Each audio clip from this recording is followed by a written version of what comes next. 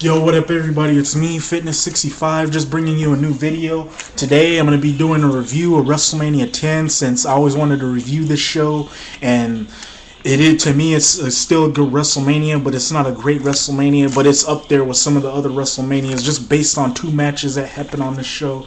So let's get started with this WrestleMania review. We go to the first matchup, which was between Bret the Hitman Hart against Owen Hart. This was a very good matchup. Nice technical chain wrestling type of style matchup. You had Owen Hart hit some nice moves on Bret Hart. Bret Hart hit his usual offense in this matchup. Some counters like Owen Hart countering the sharpshooter, Bret Hart countering the sharpshooter, and putting Owen Hart in the sharpshooter, and Owen Hart like going to the ropes and breaking it. You saw some nice high flying moves both by Bret Hart and Owen Hart. And this was just a very good matchup. I enjoyed it, and I still think this is probably like a good 5-star matchup. And I think this matchup is a little bit better than the latter matches. This was just a very good matchup. Had some nice storytelling and just what you would want in a matchup. And this is, in my opinion, is how most storylines like this should be done. And when it comes to a matchup, and I don't think you haven't seen any other match like that sort of has been on almost at that level like this matchup. This was just a very good matchup, and it told a real good story with Owen Hart doing everything he can to beat his brother and prove to everybody in the world that he can beat Bret Hart, and Bret Hart doing everything in his power to make sure that he can beat his brother, or he wasn't going to try to hurt his brother as bad as he said, as bad. But overall, very good matchup. I don't know if I explained that well, but this was still a very good matchup. It had everything you want in a matchup like this. Very good. And then the end came, I believe, when Bret Hart went to the top rope and he tried to do a victory roll on Owen Hart, but Owen Hart reversed it into a pin, and that'd be the end of the matchup. Overall, I give this 5 stars, as this is probably one of the best opening matches to a wrestling pay-per-view. Very good matchup. Also like the end when they went to interview Owen Hart, and he cut this good promo saying that he beat his brother and he proved to the world that he was better than Bret, and that sort of set the feud up. Even more, or set more matches up between the two at most part of 1994. But overall, very good matchup. I enjoyed it. We then go to the second matchup, which was the mixed tag team match. It was Bam Bam Bigelow and Vachon against Doink the Clown and Dink. This was not a very good matchup, but on entertainment aspect of it, it was okay. I mean, it was a pretty good entertainment matchup, as you saw Dink get involved in this matchup and do some crazy things with Vachon, but it was mostly Doink the Clown and Bam Bam Bigelow who did some pretty nice stuff in this matchup. Overall, though, I give this 1 3/4 stars.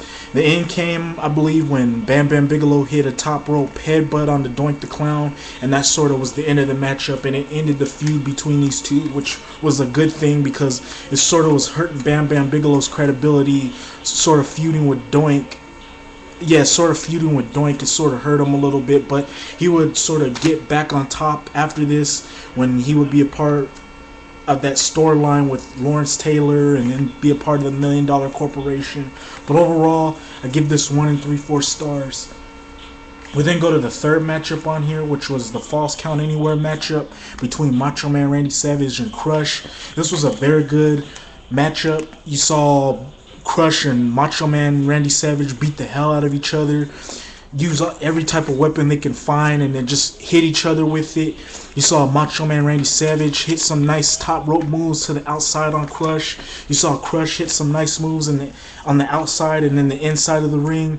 And this was just a very good matchup, a very good type of brawling matchup. And you saw both guys brawling inside of the end of the crowd. And this was a very good matchup, and it was probably one of the third best matches of the night the third best matchup on this card. The end came in this matchup when I believe Macho Man hit Crush with something, and he tied Crush's feet onto the ropes, and he had him hanging up there. He had him hanging upside down, and then Macho Man ran to the ring, and then the referee counted to 10, and that'll be the end of the matchup. Overall, I enjoyed this matchup. I give it 3 3/4 stars, as this was a very good brawling type of matchup on the outside and in the inside of the ring. Very good matchup. We then go to the fourth matchup on here, which was for the Women's Championship. This was not a very good matchup. It was awful. It was terrible. Although Alundra Blaze did hit some nice moves, it was still not a very good matchup, and it was hard to sit through. I give this a dud. Just not a good matchup at all. We then go to the fifth matchup on here, which was for the World Tag Team Championships. Well, the World Tag Team Championship match between Men on a Mission, the Quebecers, and Men on a Mission. This was not a very good tag team matchup. I mean, it did start off pretty good in the beginning. Like, the pace kind of went up in the beginning, and then the match sort of just dragged on, sort of just went downhill, or sort of just dragged down towards the end of the matchup, as it just wasn't that good towards the end of the matchup. But in the beginning, like I said, it was going good. You saw Men in a Mission hit some moves on the Quebecers, and it was just going good, and it was going in that fast-paced style, and then the match just slowed down, and it just got boring. Overall, I give this 1 star. And then the end, I believe, came when the Quebecers got counted out, and then Men in a Mission were celebrating with the belts, even though they didn't win the belts. Thought that was pretty stupid, but it was still a decent matchup for what it was. But I still give it 1 star, as this was just not a very good matchup. We then go to the 6th matchup on here, which was for the WWE Championship match. It was Yokozuna with Mr. Fuji and Jim Cornette against Lex Luger with Mr. Perfect as a special guest referee. My God, was this match boring. This match was just terrible. I mean, in the beginning, this matchup started pretty good. You saw Luger hit some nice moves, some nice moves in the beginning, and the pace was sort of picking up pretty good. And then after that, when Yokozuna started taking control, that's when the pace just went down, and the match just got boring, and the wrestling was just getting bad, and Yokozuna was just kept relying too much on rest holds and choke holds, and on the offense that he was doing in this matchup. Other than that, he just kept relying on it, and the matchup just got even more worse after that. The end came, I believe, when Lex Luger did something. Mr. Perfect got distracted or something like that. Lex Luger hit Yokozuna, or he hit Mr. Perfect, or he got pushed into Mr. Perfect or something, and he tried to pin Yokozuna, but Mr. Perfect DQ'd Lex Luger or something, and that'd be the end of the matchup. Overall, this gets a -3 stars, as this was just a very boring matchup, terrible matchup. And it was just so hard to sit through. I mean, because when I was a kid, I was looking forward to watching this matchup because I was a big Lex Luger mark. But when I watched it, I was so disappointed, as this matchup was just below my expectations of what it was. This is just awful matchup. -3 stars. We then go to the next matchup, which was the ladder matchup for the Intercontinental title. It was between Shawn Michaels and Razor Ramon. This was a very good matchup. You saw both guys use the ladder to their advantage. Shawn Michaels do some nice moves with the ladder. He did one move where he jumped off the top with the ladder onto Razor Ramon, which I thought was pretty nasty. You saw Razor Ramon do some nice spots with the ladder, but mostly it was Shawn Michaels who was using the ladder the most in this matchup. And it was just a very good matchup, and I think this matchup is one of the, if it wasn't for matches like this, you wouldn't be seeing ladder matches, or you wouldn't be seeing guys do some of the moves or spots that they do in ladder matches, and that's mainly because of this matchup.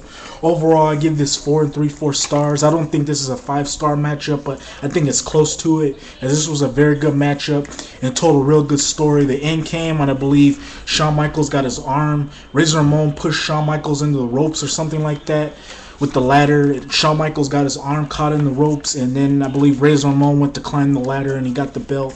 Overall, good matchup, 4 3/4 stars. And then finally, the main event for the WWE title, Bret Hart, Yokozuna against Bret Hart.